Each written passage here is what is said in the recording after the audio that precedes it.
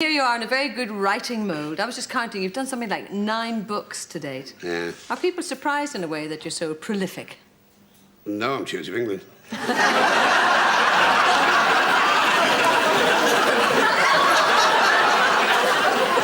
you left school when you were, what, 14? Yes. So did people at your school, your teachers, think that you had good potential as a writer? Because that's really what you wanted to be. Well, there's a fairly poor school because even the headmaster went barefoot.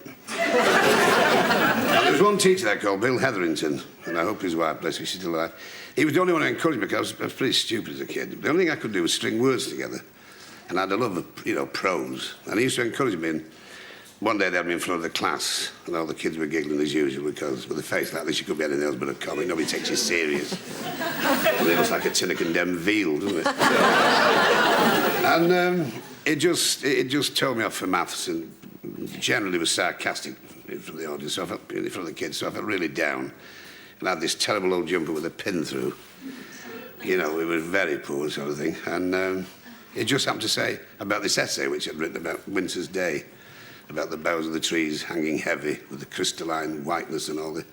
And of course, the kids went... And he said, don't laugh, one day he'll be a writer. Mm. So I thought it was nice, that. Lovely. And you even went to Paris, didn't you, to try writing? Yeah, after I came out of the army, because I was court-martialed in the army. What? Well, they asked me to desert. National service, and I couldn't get up in the morning, and I never heard the bugle. He said, why don't you get up? I said, I'm always asleep when they play it. So I came out of the army, and I couldn't really settle. I was an engineer, electrical engineer, and I wasn't very good at it. And I broke my apprenticeship to start with. And then I decided to go to Paris. I thought, well, if anybody's going to write, that's where you go. So 3 of us tottered off to Paris, but of course that's the wrong place to write the immortal book. Scunthorpe, yes, but not Paris. And I got a job to pay the rent, which I thought was just a piano. I wanted this piano bar in a place called Odeon in Paris. The Blonde Surly Prince, it was called, the street, Eve's place. And she was a peroxide thing that, huge woman. And she said to me, you play piano for me. Now, there's nobody ever came in, which had struck me as slightly odd. So he said, stub away on this for a few hundred francs. But it was a brothel. We were going upstairs at the back, I was the front. And that's true, I was there to break the rhythm up. So that's basically what, and that's the truth. I never knew, I was so naive, I didn't. I thought a brothel was where you got soup.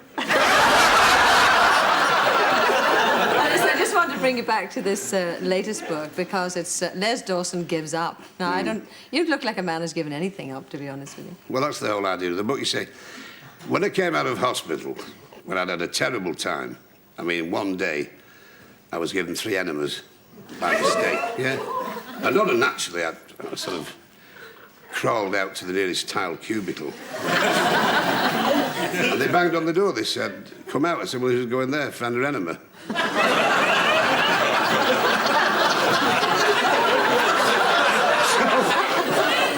So I came out, and all the advice, don't do this, don't do that. Don't breathe, because, it's toxic, so you mustn't breathe anymore. And I suddenly thought of all the things. You mustn't smoke, mustn't do this. And I used to love a cigarette. Now I only smoke between meals. I had 49 dinners yesterday. So I was telling you that. What happened was everybody's telling me what to do. And everybody's conflicted. Go on the F plan, lose this, do that, do the other. So I thought at the finish, the human race is going to die of nothing. There's nothing wrong with it. When a person passes on out of this shaft off the mortal coil, they should look in the box and say, by God, he deserves to be there, the way he lived. Now we're all going to say, God, he looked after himself. I tell you what, you've been a bit sexist in it, though. He talks, about how to avoid the stress of women. Well, let's get one thing abundantly clear, shall we? Right. A, you live longer than men. So it presupposes you pass the stress on to us. In economics, I don't understand you. Tracy said to me one day, she said, I've saved you 80 quid. And I'm delighted. And she'd gone out with 40, but she saved me 80, and I thought, that's great economics. But it cost her 200 quid to save me 80. Now, I don't quite understand that, you see. So, you are very stressful creature. Marvellous things. Does your Tracy not take you to task, though, about all these sexist remarks? No, she's fine, no. She's marvellous. I mean, I wear the pants in our house. You can see them from under my apron. Hang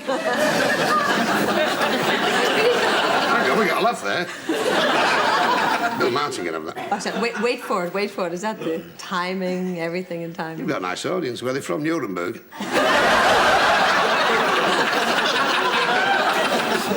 Nice dressed, as if it's snowing outside. No, it's dandruff. But in your act, you still include all the wife and the mother-in-law jokes, don't you? Yeah, well, the reason for that is if you include your own family, today you upset everybody in comedy.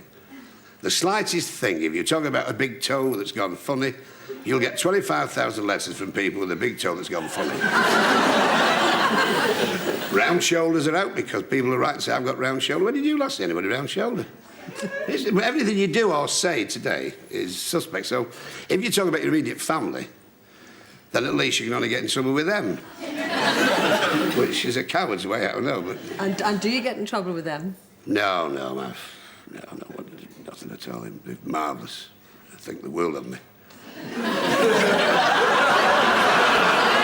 No, I mean, it's... the wife's mother, my first wife, bless her heart, was a wonderful woman.